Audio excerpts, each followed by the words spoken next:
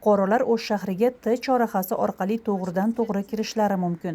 Ammo mazkur yo'l yopiq. Yo'lning 600 metr oralig'ini kapital ta'mirlash ishlari iyun oyida boshlangan.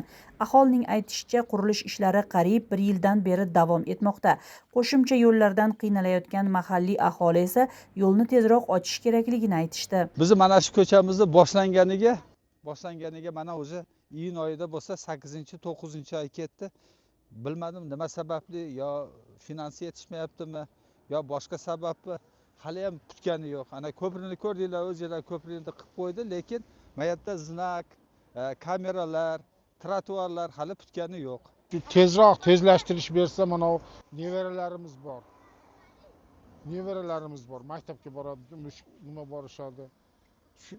Cho'chib turamiz ko'chaga chiqqanni. Endi mana katta trassa bo'lib qolyapti. Sentralniy Bishkek ko'cha yo'li bo'lib qolyapti endi trassa. Ashunga Yo'llar boshqarmasi yo'l qurilishi yakunlangani va yaqin kunlarda foydalanishga topshirilishini ma'lum qildi.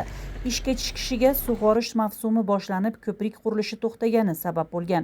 Sug'orish mavsumi yakunlanib, qurilish ishlari davom ettirilgan, ammo uning tushuntirishicha, hozirda yo'l temir yo'l qurilishi tufayli yopilgan. Qator shart bo'lib, qurg'oqchilik bo'lib, dehqonlarga suv yetmay qolib, Uvam kanalidan o'tgan ko'prik bitmay qolganda, o'sha bitmay qoldi deb aytdim ғой, жаңа qurg'oqchilik bo'lgandan o'sha Uvam kanalidan 2 oylik o'tib dehqonlar tirikchilik qiladi ekanda, ana qurg'oqchilik bo'lib qolib, o'rinlari qurib qaraqatni ko'p bilan qayrildi.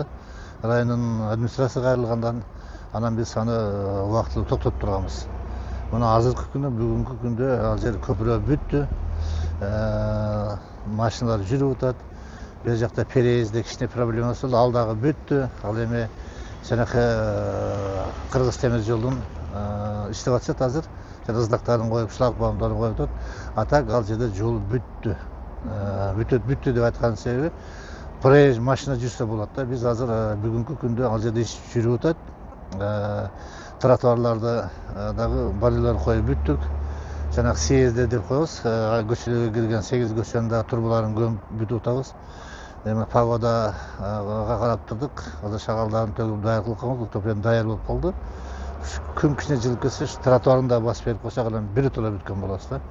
Negizidan mashina yurug'iga hozir qattam bor. Biz aytdim ғой, temir yo'ldan problemasi bor, bizda problema yo'q. Ta'mirlash ishlari doirasida yo'l 13 metrgacha kengaytirildi.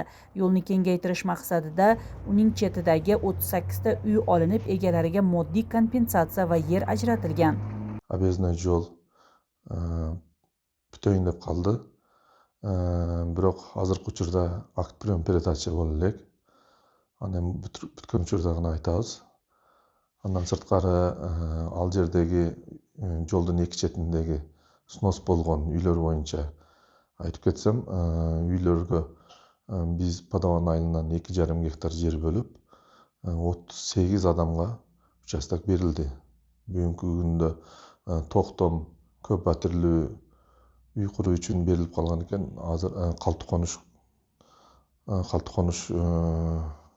ellarga qaltiqonish bunday turoq joyga qurish uchun o'zgartib kichkina dokumentlar ishtelib chiqyapti hozir. Kichkina kechikib qoladi. O'shaga baylanishdi, o'shaga qarmalib turadi. Eslatib o'tamiz, O'sh shahriga kirish uchun muqobil sifatida ko'rilgan T chorrahasidan kiruvchi 600 metr yo'lni ta'mirlash ishlari 2025-yilning iyun oyida boshlanib, o'sha yilning noyabr oyida yakunlanishi rejalashtirilgan.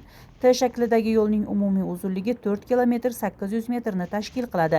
Uning 4 kilometrdan ortig'i ta'mirlanib, foydalanishga topshirildi. Umida Mirzabayeva, Muqaddas Ibrahim To'labayev, O'sh.